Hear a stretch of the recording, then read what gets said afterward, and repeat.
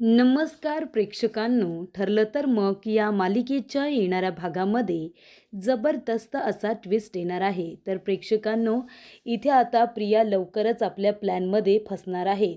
महिपतला अडकवण्याच्या नादामध्ये प्रियाने स्वतःसाठी खूप मोठा खड्डा खोदून ठेवलेला असतो आणि त्याच्यामध्ये आता प्रिया ही पूर्णपणे अडकून गेलेली असते. तर प्रेक्षकांनो, अर्जुन सायलीचं लक्ष आता महिपतकडे वळवण्यासाठी प्रियाने जी काही खेळी खेळलेली असते त्याच्यामध्ये आता ती स्वतःच खूपच भयानक पद्धतीने अडकणार असते. तर प्रेक्षकांनो, सुभेदारांच्या घरामध्ये आणि किल्लेदारांच्या घरामध्ये कुणीही प्रियाला चांगलं बोलत नाही. कारण आत्तापर्यंत ती ज्या पद्धतीने वागत आली त्यामुळे सगळेजणच तिच्यावरती रागवलेले असतात. पण प्रेक्षकांनो, एका व्यक्तीच्या इथे जोरावरती इथे आता प्रिया सगळ्यांबरोबर टक्कर घेण्याचा प्रयत्न करते आणि ती व्यक्ती म्हणजे अश्विन. तर इथे नागराज, साक्षी, महिपत या तिघांची सुद्धा आता प्रियाने वैर करून घेतलेलं असतं. त्यांच्याबरोबर सुद्धा तिने भांडण केलेलं असतं. त्यानंतर प्रेक्षकांनो, जेलमधून बाहेर पडण्यासाठी महिपतला फसवण्याचा डाव हा प्रियाने रचलेला असतो आणि त्याच्यामध्ये महिपत पुरता अडकतो आणि ती निर्दोष सिद्ध होऊन जेलमधून बाहेर पडते. तेव्हा तिने महिपत, नागराज आणि साक्षी यांच्याबरोबर वैर घेतलेलं असतं. त्यानंतर सुभेदार कुटुंबाला तिने दिलेला त्रास, तिने दिलेला मनस्ताप, मधुभाऊंना विनाकारण तब्बल 1.5 वर्ष तिने जेलमध्ये पाठवलेलं असतं त्यांच्या विरोधात साक्ष देऊन.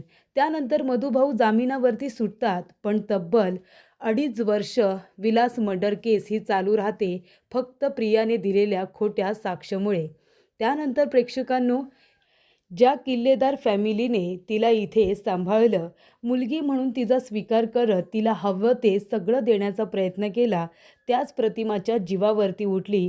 तिला वेडं करण्यासाठी चुकीच्या गोळ्या दिल्या आणि इथे रविराज किल्लेदार यांच्या विरोधात जाऊन तिने अश्विनबरोबर लग्न केलं.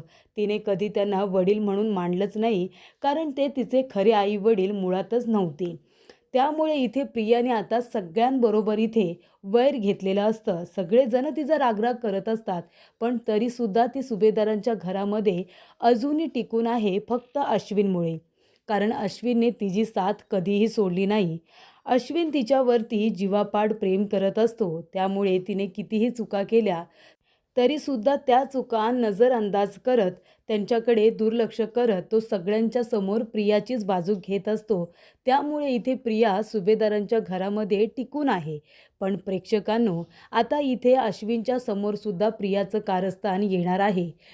आणि जेव्हा प्रियाचा खरा चेहरा अश्विनच्या समोर येणार आहे प्रेक्षकांनो, तेव्हा मात्र इथे आता प्रियाचा जो काही एक सपोर्ट सिस्टीम असतो तो सुद्धा आता निघून जाणार आहे आणि मग मात्र इथे प्रियाची हक्कलपट्टी झाल्याशिवाय राहणार नाही.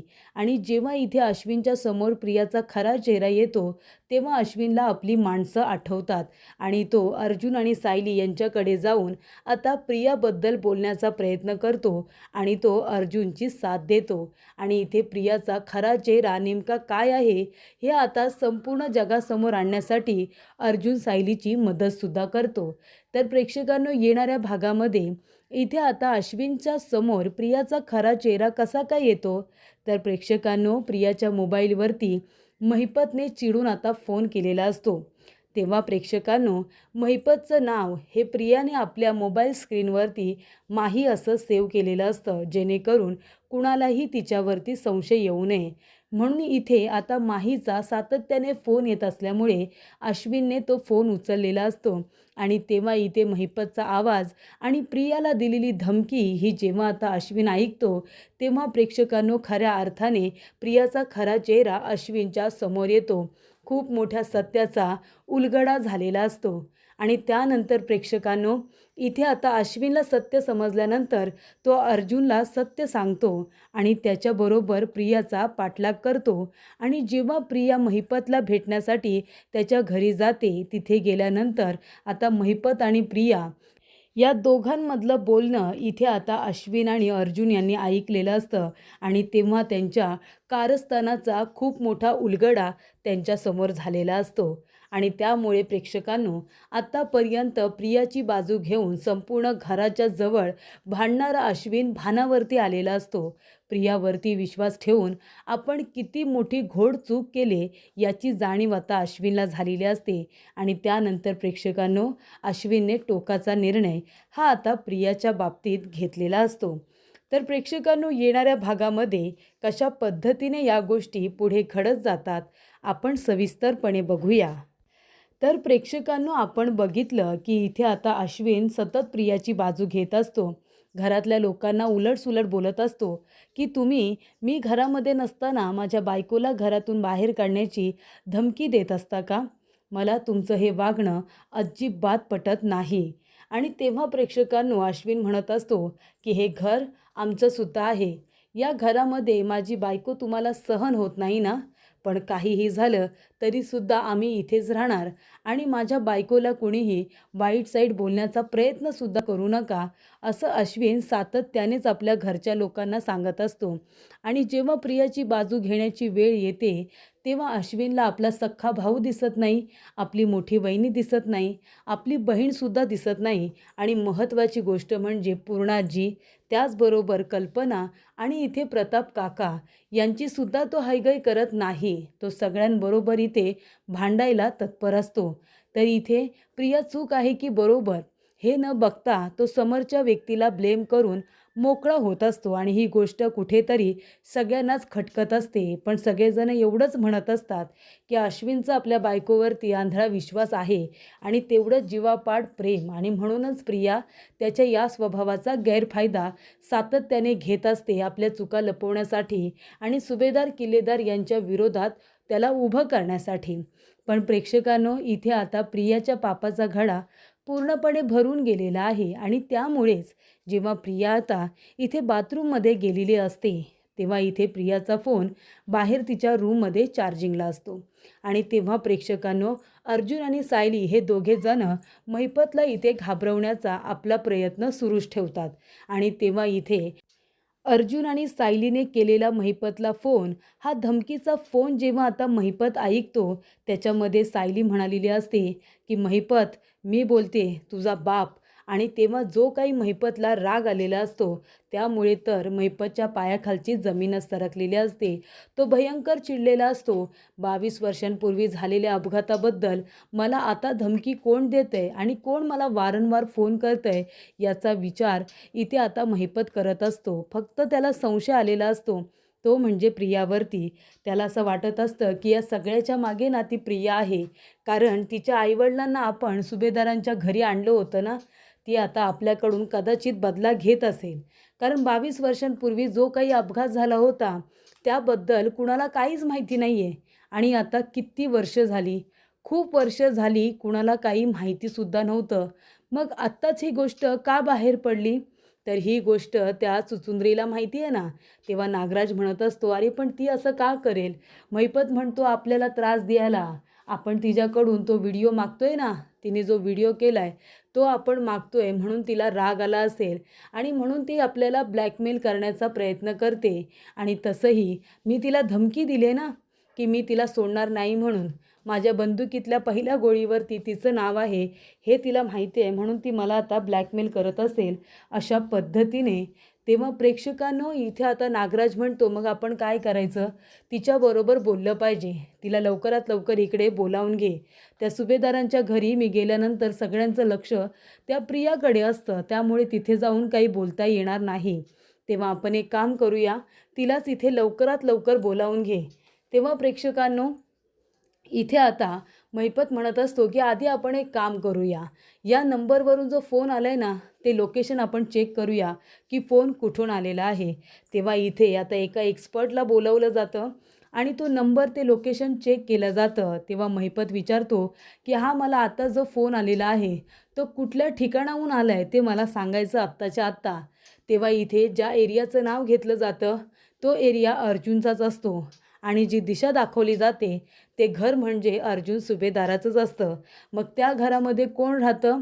तर त्या घरामध्येच प्रिया राहते आणि तिथूनच तिने मला हा फोन केलेला आहे हे आता लक्षात आलेलं असतं महिपतच्या.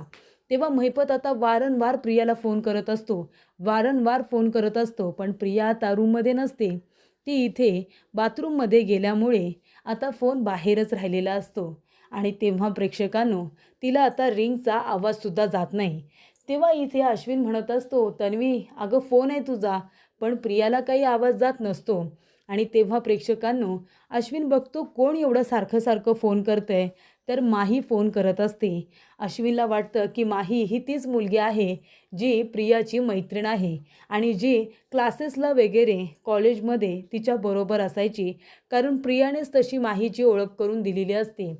आणि तेव्हा प्रेक्षकांनो, इथे अश्विन म्हणतो की असाइनमेंट वगैरे कामाचं काहीतरी बोलण्यासाठी फोन केला असेल का?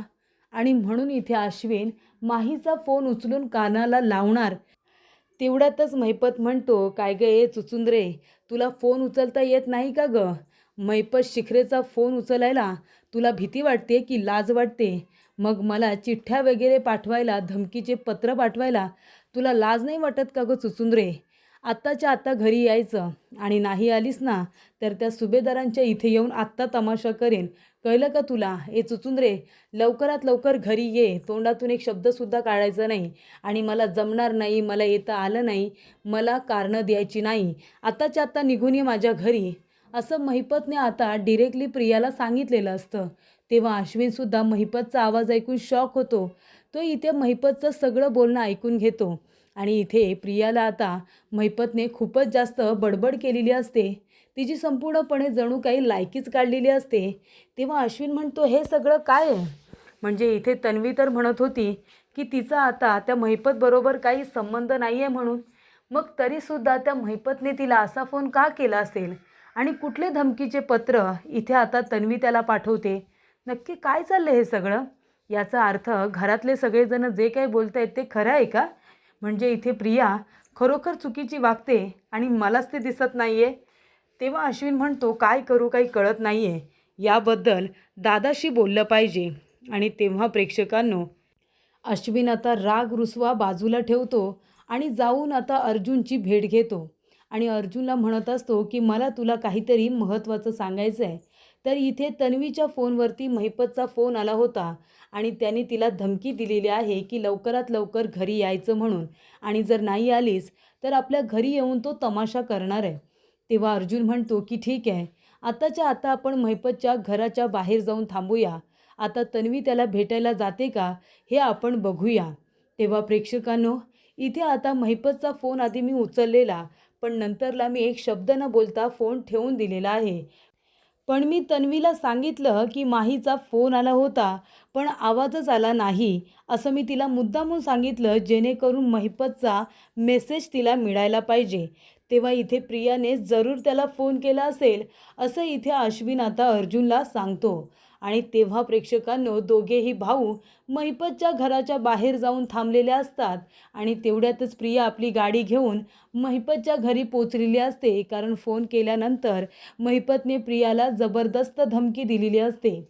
तेव्हा प्रेक्षकांनो, प्रिया आता घरामध्ये धावत पळत गेल्यानंतर अर्जुन आणि अश्विन हे दोघेजण आता तिचा पाठलाग करत खिडकीपर्यंत पोचतात. आणि तिथे गेल्यानंतर प्रिया म्हणत असते की काय चाललं हे अण्णा? सांगा हे काय चाललंय? तुम्ही का बरं मला फोन करून इथे बोलावून घेतलंत?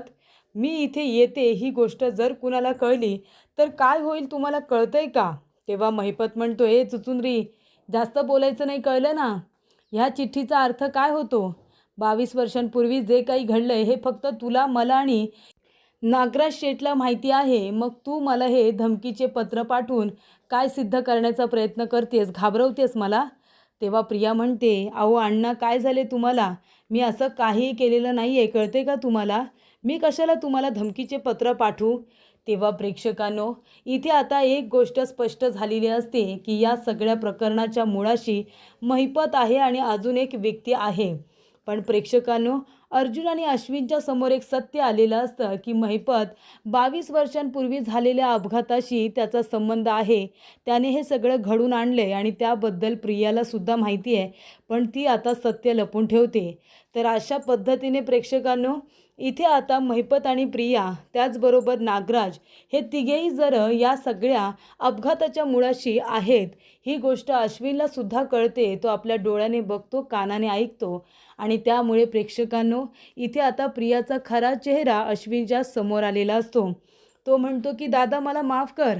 अरे ह्या अशा मुलीबरोबर राहण्यापेक्षा न राहिलेलं बरं. मी लवकरच तिला आता डिवोर्स देणार आहे असं अश्विनने ठरवलेलं असतं.